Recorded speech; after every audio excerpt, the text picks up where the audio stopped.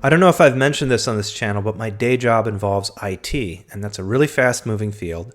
Any of the literature of that field will age out extremely quickly. You could write a book and then 5 years later have it be completely irrelevant, which is kind of funny because the book I want to talk about today is a book about IT projects that was originally written in 1975, and it has remained in print ever since. It's decades old, but it's still tremendously relevant and timely, and that says a great deal.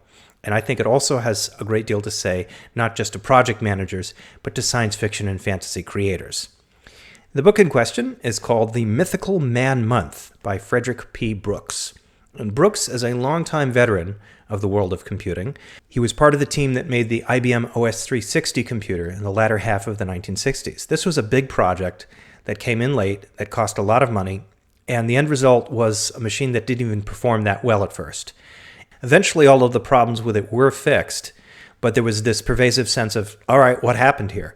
And so Brooks wrote his book as a sort of postmortem and compiled into it a set of recommendations for others about how to avoid problems with projects of this scope in the future.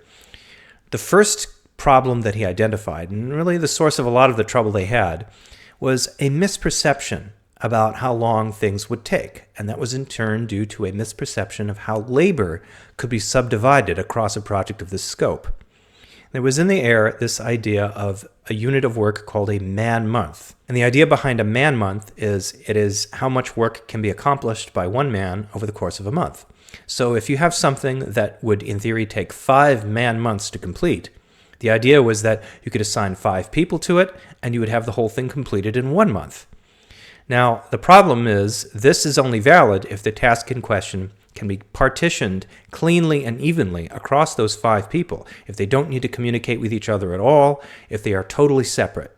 But a project of any significant scope will require a significant amount of collaboration and cross-communication between those 5 people, and so it's not going to be able to be cleaved that cleanly between them. Out of this, Brooks came up with a little aphorism. Adding manpower to a late software project only makes it later. So what was the solution? Well, there were several solutions that Brooks identified, and the first was to think differently about the teams of people that were put together to attack problems of this scope. And Brooks came up with 2 contrasting analogies. He said, we don't want to create something that is the equivalent of a hog butchering team, where everybody dives in and just starts to tear meat away from the carcass. We want something more akin to a surgical team, where you have one person who does the precise work, and you have a whole team of other people supporting him and allowing him to do that work. And this way, the work can be partitioned along logistical lines. So you don't just throw people indiscriminately at the problem. You figure out who is the best person to put at the front of the effort and who to surround them with. Brooks makes several other suggestions over the course of the book about how to avoid other issues that tend to spring from large projects. One of them is what he calls the second system effect. And in general, this is when you have a large project that has a number of defects, which become only more visible over time. And then out of this arises the inclination to tear the whole thing down and start all over again. There's the impulse of saying, we're going to get it right this time. And so what happens is the system that replaces the first system is compulsively over-designed. It has too many compensations for the defects of the first system. I have been there myself with this. There's a couple of things that I've worked on my own where I made this mistake. And fortunately, I was smart enough not to let it drown me. One of the real-world examples that Brooks uses is another IBM project, the IBM 7090 computer. This was a tremendously over-designed system. It had so many features, and so few of them were actually used in production. Another issue that Brooks talks about is the importance of documentation, the importance of human experience and communication, and the way all of these play into intelligent division of labor. And also how to do things like generate useful estimates for time and manpower. How to plan for incremental change because it's inevitable. One of the other aphorisms he comes up with this is, you have to plan to throw the first thing away that you build because you're going to do it eventually. One of the other insights that arises from what he talks about is the sense that when you have any large project, there needs to be institutional information. There needs to be institutional learning associated with it. It's not just something that is built, it's something that has to be maintained. And that also includes the body of knowledge around the thing and the people who come in to learn that body of knowledge, to maintain the thing in question, and then to transmit that learned information to the next generation that comes along to replace them. That way you are not simply making the same mistakes over and over again every time new people come in to pick up where the old ones leave off. There's a concept that I've talked about on my blog before, actually, called the perpetual amateur problem. This is not something I myself came up with. This is something that I picked up along the way. And the idea is that if you are trying to do something and you're trying to get better at it, you have to figure out how to genuinely push yourself. If you do something for 5 years and you don't push yourself, you don't have 5 years worth of accumulated experience. You have 1 year of accumulated experience repeated 5 times, if even that.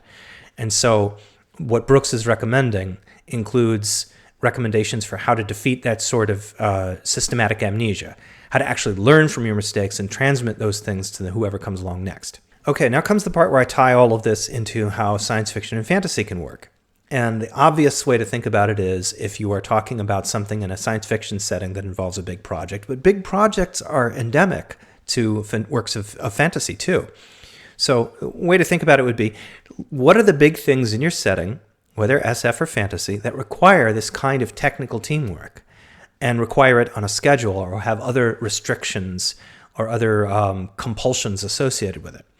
How would such things be made in your setting? Are they made just by gathering people up and throwing them at them?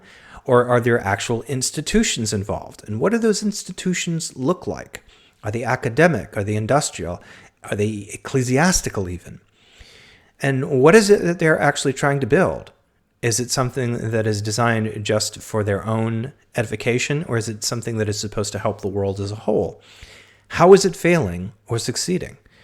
And these could be really anything at all. They could be spaceships, they could be computers, they could be magic systems, they could be whole societies.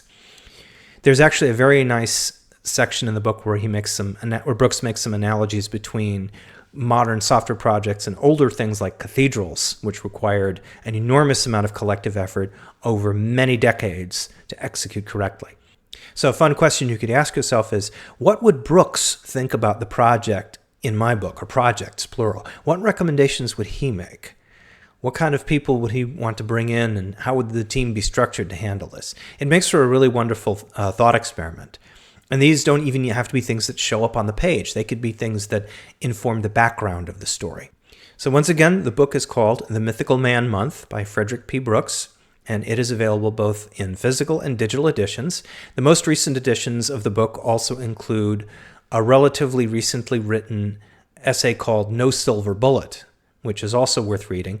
And I have to also say this, 2 other things. One, the book is beautifully written. Brooks was a literate and intelligent man. It shows on every page.